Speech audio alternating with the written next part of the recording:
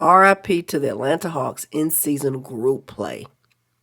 Stick a fork in them just like that turkey yesterday. They're done. Come on in here, let's talk about it. 15, 14, 13, 12, 11.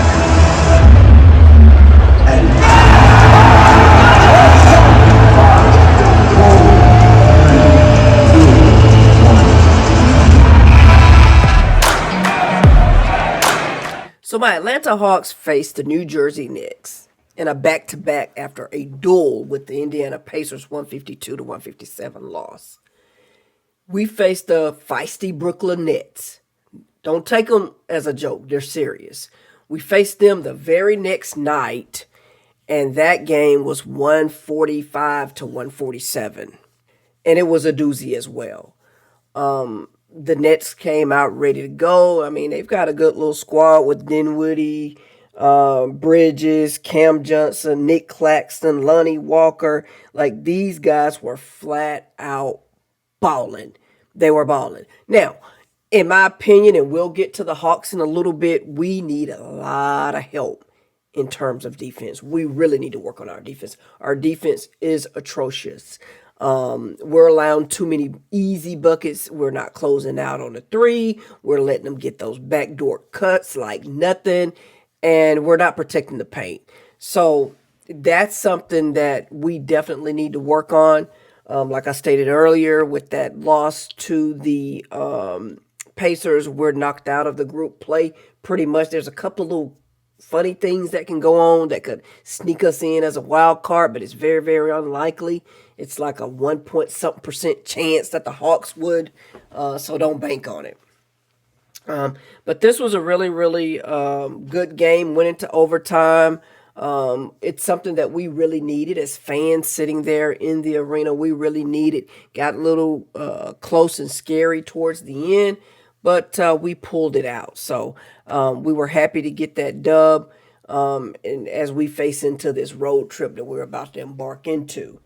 Right now, because of the losses that we've done of late, Atlanta is now ranked number 9 in the East, which is not where I'm expecting us to be. I expect us to hover around between 3 and 6 when it's all said and done. Hopefully we get these things figured out, get the trades that we need, because I firmly believe that we need either a shooting big or a 3-player small forward that can play some defense. Even a power forward that can play better defense and come off the bench behind Jalen Johnson. We just need another defensive presence. We need more shooting.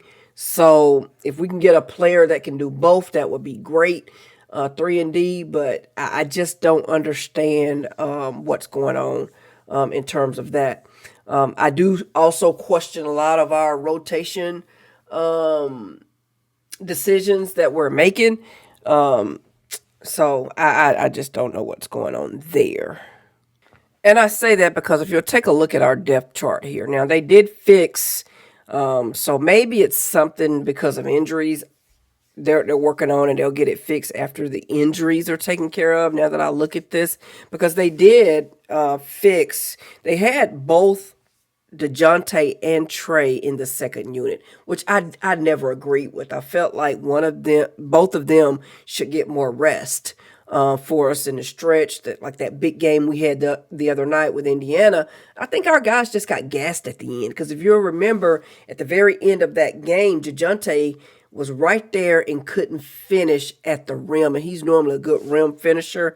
I just think he gave out a gas. That's just my opinion. I'm just a woman that likes sports. That's just my opinion. I feel like that we didn't go deep enough into our bench because they had fresh legs. They used 12 players that game. So they fixed it. They've got Trey. They don't have Trey on the second unit anymore, which I think is great. I don't want DeJounte on that second unit either. I think he needs to come off that second unit, and maybe when Kobe Buffkin gets back to where he can contribute, maybe that'll change. I'm thinking. I don't know what the answers are. I just don't know. I just know that, especially with this unit, this second unit, there's just really not a good defensive player out there. other than Murray getting his steals. I don't know. But that's just something that, I've been looking at, as a fan, as a fan. That's what I'm looking at. I don't know what the behind the scene decisions are. I don't profess to know that.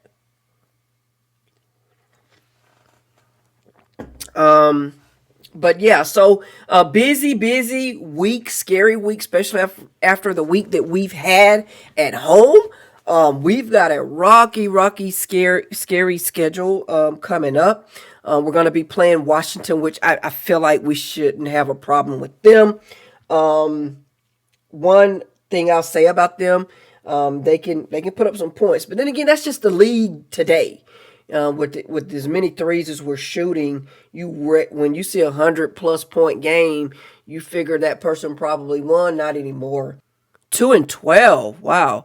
They're 2-12 right now, and they've only won 2 games, and the lowest points they put up was 94 points. So they're competing. They're just being, they're just getting outdone. Like, so hopefully, we'll be able to at least get that win. But then we've got Boston, Cleveland. I feel like we'll beat San Antonio. We got Milwaukee, Denver, back-to-back Toronto games. Like, oof, and they're both in Toronto. Siakam, he's gonna bring it back to Cleveland. So we won't be back home until December 11th, and that's against Denver. So that's gonna be tough schedule ahead for the Hawks. Wow. So we just gotta plug in and make sure that we do the needful things. We know what we need to do. We're just not doing them. So that's gonna be interesting. Interesting. If we could sneak, sometimes the way the Hawks play though, they'll lose to Washington and beat Boston and Milwaukee. So we'll see how that goes. It's gonna be tough. But I'll be right here with the content. So we'll see how it goes. So let me know what y'all think in terms of a good trade for this team. What can we do to fix this team? Because I feel like we got the scoring. Who's going to be a good defensive player for us? Which, to be honest with you, I'm beginning to change my game plan in terms of, we need to replace Capella because we got the scoring. So whether we should, I feel like right now we've got it figured out with getting, it's just the shots weren't dropping. I was like, oh, we need to stretch the floor. The shots are now dropping, right? So if we keep Capella for that rim protection, just got to get him more into kicking the ball back out to open shooters, kind of like how Jokic, if we can get him to that level, kicking that ball out to open shooters, being more aggressive in the paint. Those are my frustrations with Capella. If he could just be more aggressive in the paint, maybe be more aware and heighten his IQ in terms of getting the kickouts to shooters, because I don't know. It's just like sometimes he'll get the board and if we could just get him to get that board, either go back up strong with it or kick it out, I would be fine with keeping him and getting another small forward, power forward to that can play some really, really good defense. Like, we can put them on, especially small forward, we can put them on that 1, 2, 3, the Halliburtons and things like that. Because Hunter just, I don't know, we just never know what we're going to get with Hunter in terms of defense. I want that consistent defensive player that we know they're going to be that pest. They're going to off ball, on ball, whatever. They're going to play that defense. And I think that's just I don't know. I've been trying to think, who could we get that could be that player for us? But that's all I have.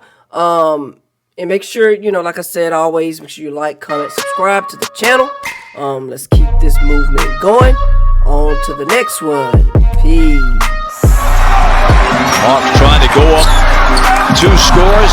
Trae from the